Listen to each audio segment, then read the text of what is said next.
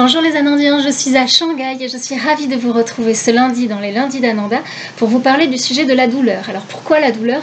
Tout simplement parce qu'elle m'a traversé fortement et me traverse encore légèrement. Elle est en train de disparaître au niveau de l'épaule et je voulais vous expliquer comment je faisais, quels étaient les outils que je mettais à ma disposition pour la voir disparaître et en tout cas le comprendre.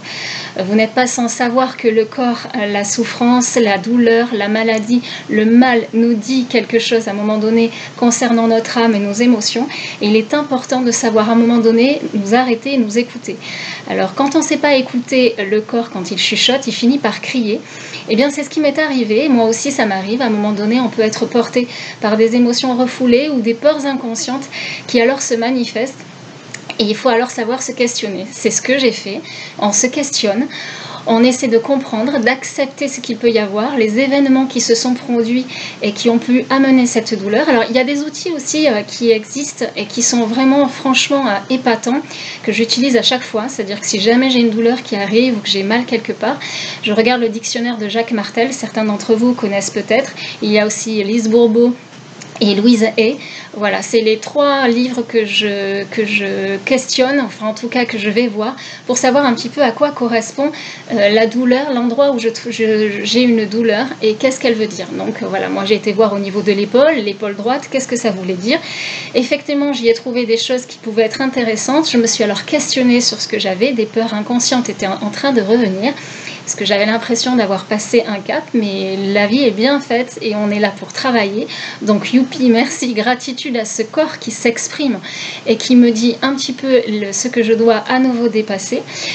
Et ça permet donc de se questionner, de voir à quel moment on a mis de côté son âme, à quel moment on s'est un peu étouffé et de pouvoir parler. Donc on écoute son corps, on se questionne, on accepte, on passe à l'action, pour pouvoir enfin se libérer de tout ça et un petit peu plus passer. Voilà pourquoi j'ai pu passer plein de choses. Alors forcément ce n'est pas toujours évident, comme je vous l'ai dit, les émotions, on est des humains, on est fait pour en vivre.